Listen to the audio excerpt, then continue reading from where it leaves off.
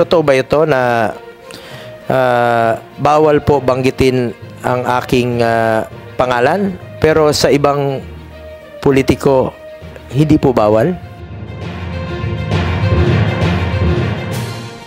Ma'am, specific po. Pagsabihan. Specific po ang pagbabawal ng pangalan ko. Ay, tanong ko lang, bakit bawal ako pumunta? Bakit si Senator Amy, our chairperson, pwedeng pumunta? Pakisagot, you're under oath.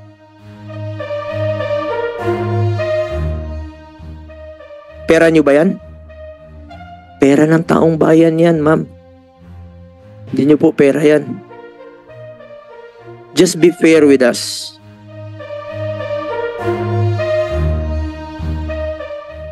Secretary, pera nyo yan? Madam Chair, we don't treat it as our money. We know it's people's money. That's why we're patagal. One question for the record. Are you running for the Senate? Senator, I'm not running for the Senate.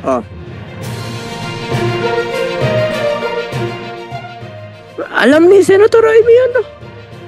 Panahon ni Senator Amy, siya yung chairperson. Lahat ng ni-request ni Senator Amy Marcos during the time of President Duterte, pinagbigyan, binigay.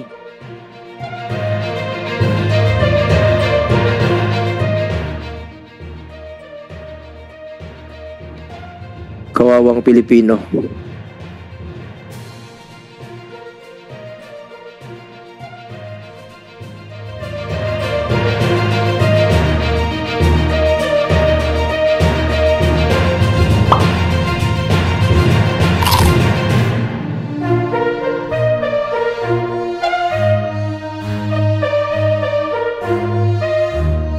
Madam Chair, ako po'y kadalasan na tumutulong po sa ating mga mahirap nating kababayan. Nagbibigay po ako ng aking counterpart mismo dito, no? Personal ko ito. Hindi po ito mula sa DSWD, yung mga grocery packs, akin po yan, pagkain, pinapamerienda ko sila, pananghalian, vitamins, mga face mask. At gusto ko talang tulungan sila yung mga naging biktima ng sunog, lindol, putok ng bulkan, buhawi, at iba pang disaster. At Madam Chair, napag-alaman ko lang po na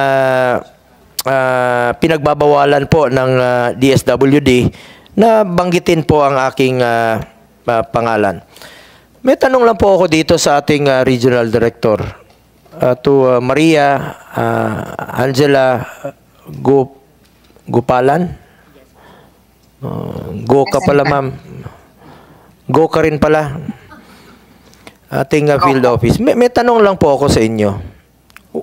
Unang-una, totoo ba ito na bawal po banggitin ang aking pangalan, pero sa ibang politiko hindi po bawal? Senator, you're under oath po, You're under oath. Yes po. Akin po as Regional Director, wala naman pong explicit na instruction na pagbawalan. Pero po sa akin, dahil po kami po ay nagbibigay po ng ating programa, I think it's best not to mention.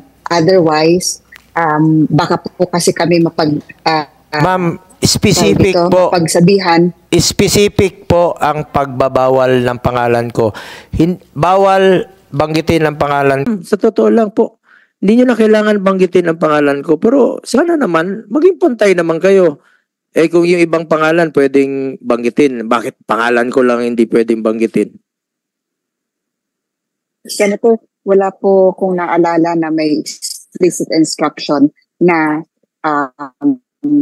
parang yung sa inyo lang pong pangalan. Sigurado po kayo? How about sa Alaminos? Wala kayong inutusan sa Alaminos? Empleyado nyo po sa DSWD sa Alaminos, wala kayong inutusan doon?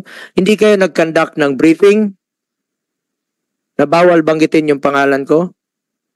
Ma'am, hindi nyo kailangan banggitin yung pangalan ko. Hindi ko po kailangan. Hindi ko po kailangan yan. Sabihin nyo lang po sa kanila, tulong po ito mula sa gobyerno, tulong po ito sa mga mahirap. Huwag lang po tayong maging selective, ma'am. Huwag niyo pong haluan ng politika. Sa totoo Yes lang po, Senator. ito pang pangalawa. Bakit bawal akong pumunta? Bakit yung ibang politiko hindi bawal pumunta? Ay, tanong ko lang, bakit bawal ako pumunta? Bakit si Senator Amy, our chairperson, pwedeng pumunta? Pakisagot, you're under oath.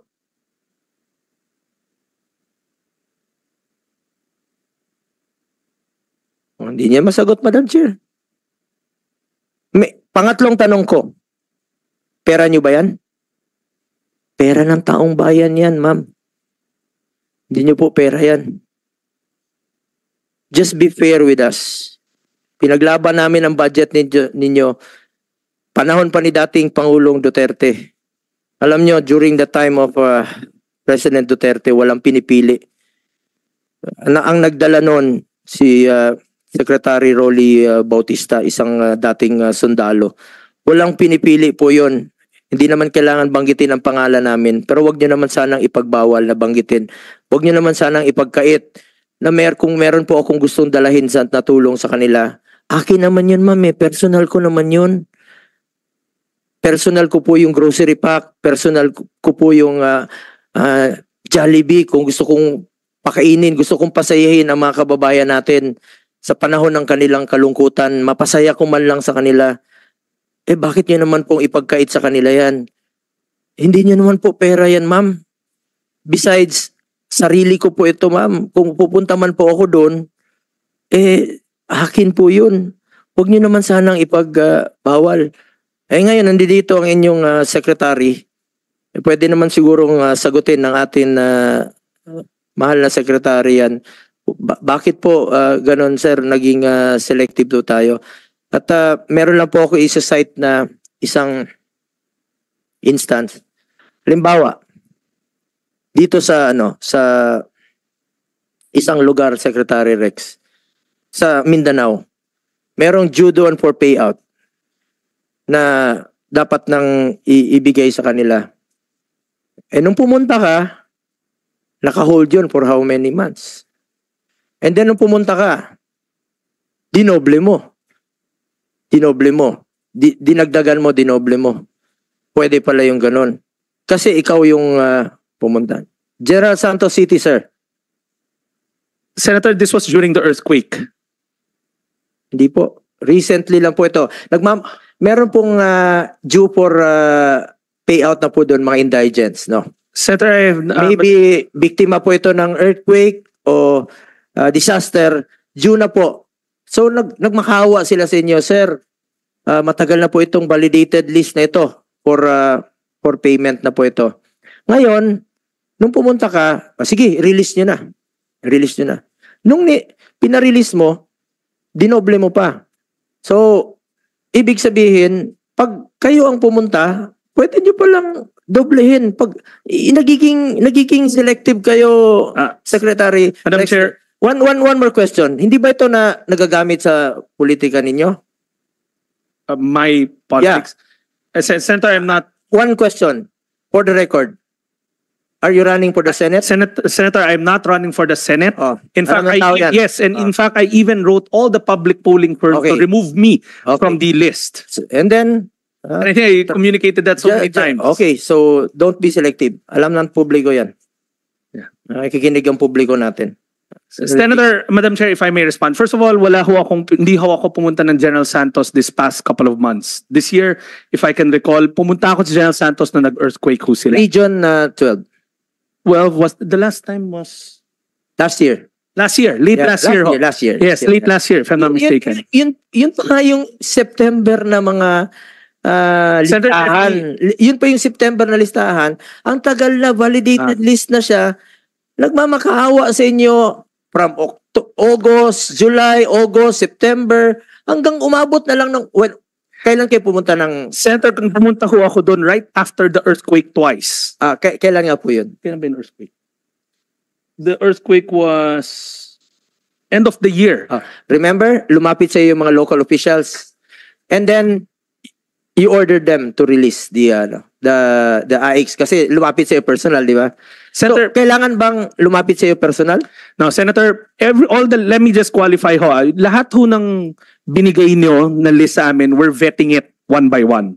And we've already given you assurance that we will release it, all the list that you gave us. Senator Rex, Secretary, I don't have any intention of running for the Senate. Hindi, kapatid mo yung kasama ko rito. Secretary Rex Gatchalian, you check your record. Senator, let me... General Santos City, meron silang validated list. Napakatagal na nilang nag-antay. Ilang buwan silang nag-antay doon. Pagdating mo doon, okay, release.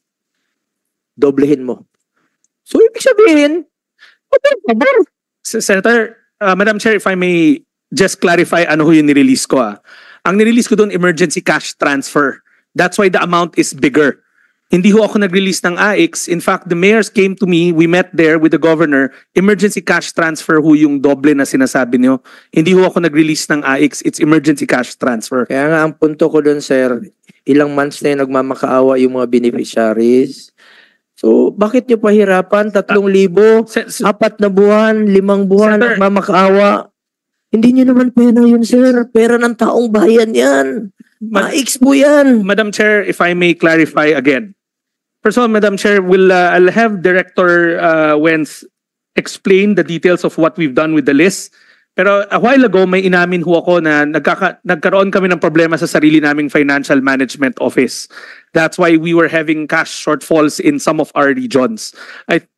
NCR, and we have addressed that. Aminado ho kami, there were delays to the commitment to the senator, but we have all intentions of paying those lists that have been vetted and clarified, that have been checked already.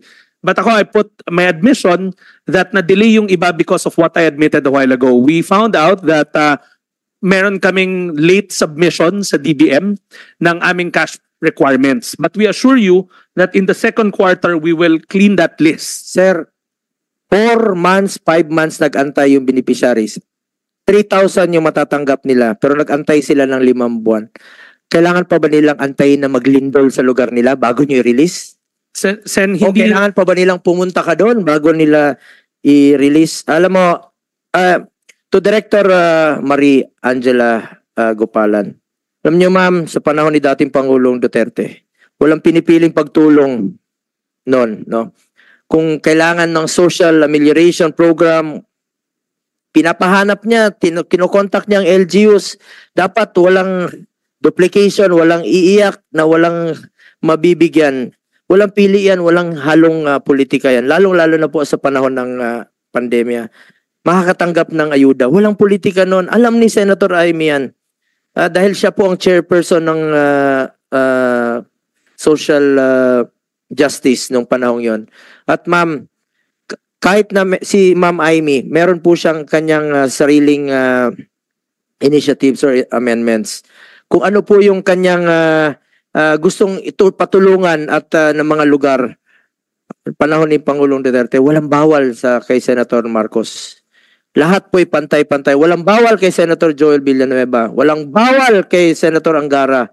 Walang bawal kahit kay Senator Hontiveros noong panahon yon. Binibigay po sa kanila dahil tulong po ito sa mga mahirap nating kababayan. Alam po yan ni Senator Amy. Even during the last few months ng administration ni Pangulong Duterte, lahat ng ni-request ni Senator Amy Marcos, ni-release po ng administrasyon ni Pangulong Duterte. Bakit ngayon pinipili? Kasi tulong yun sa mga mahirap. Secrex, wag niyong gamitin tong opisina niyo sa politika kung may plano ka pa sa politika. Madam Chair, categorically, I am not using the office for my politics, and I categorically state that I am not running for any position this coming election. That's for the record. Kailang election? This election, I'm not running for any public office this coming 2025. election. Yes. But I'm not running for this coming election. It's a first time in 2025. 18 years. How about 2028? In 18 years. Madam Chair, I'll just direct you to Director Wentz so that he can put Yes, on the sagot. record the payout list.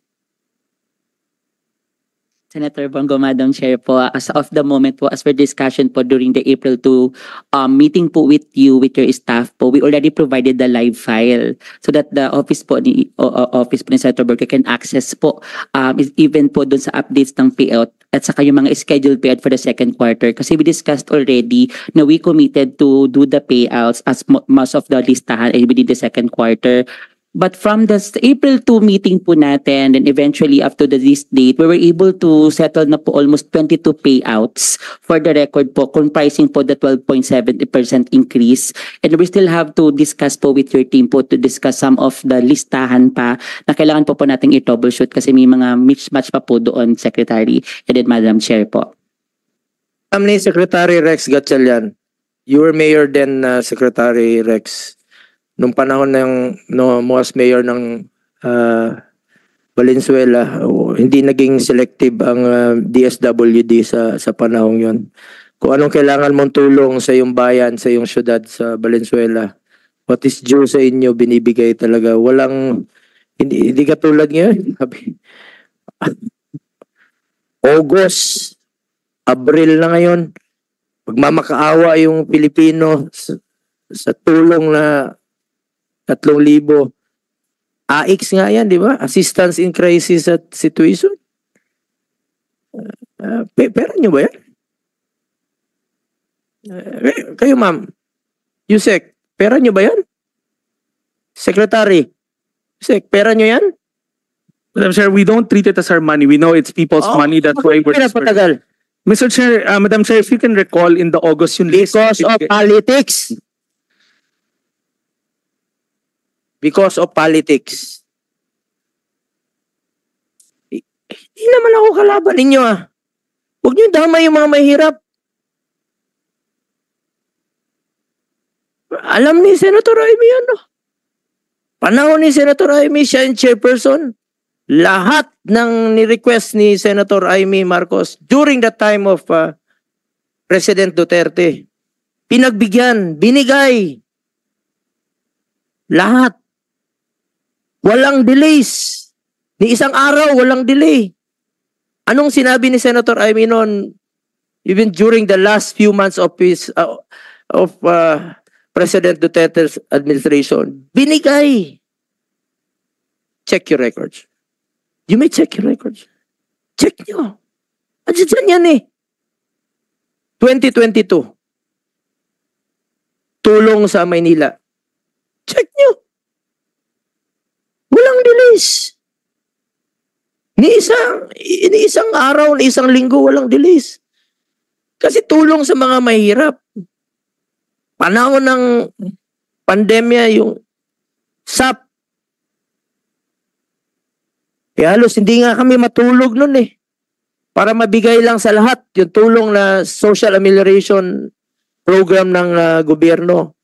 Dahil pera ng tao yan. Ibalik sa tao yan. Hindi atin yan. Para sa mga mahihirap yan.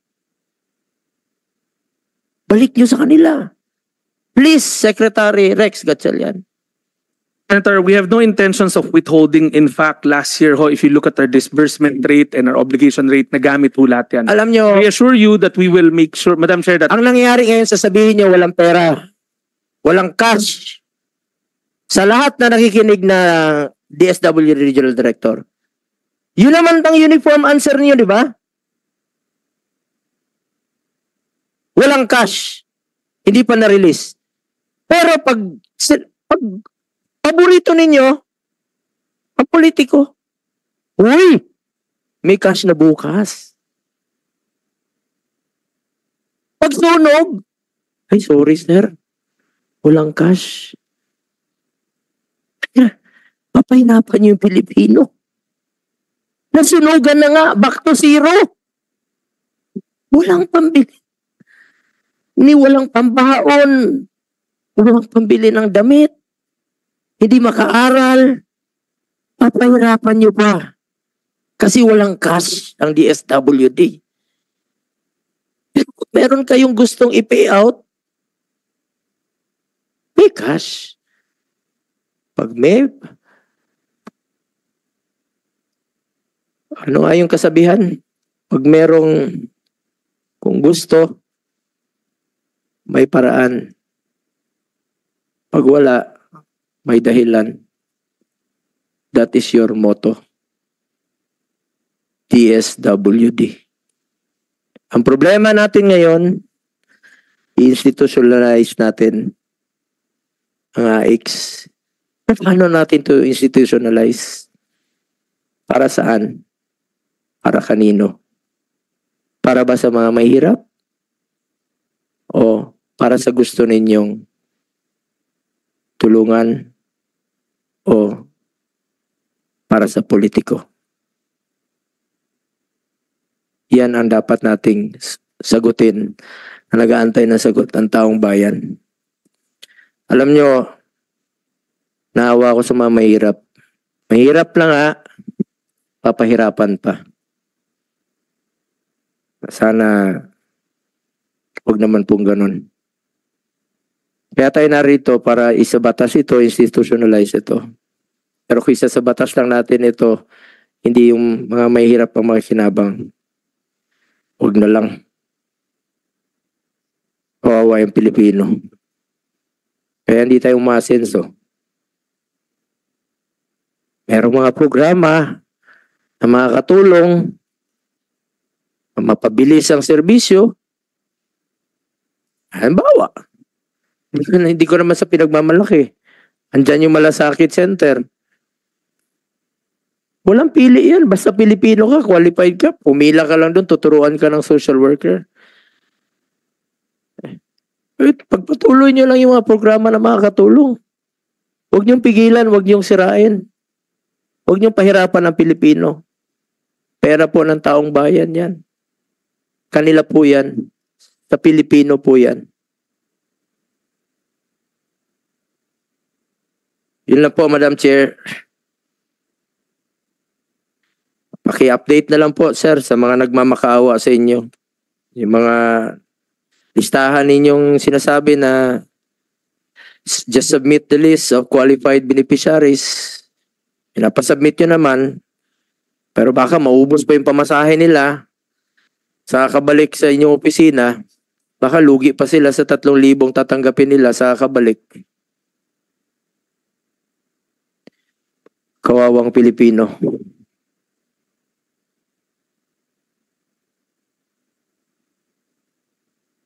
So, thank you very much. I hope you comply with the request of Senator Go. But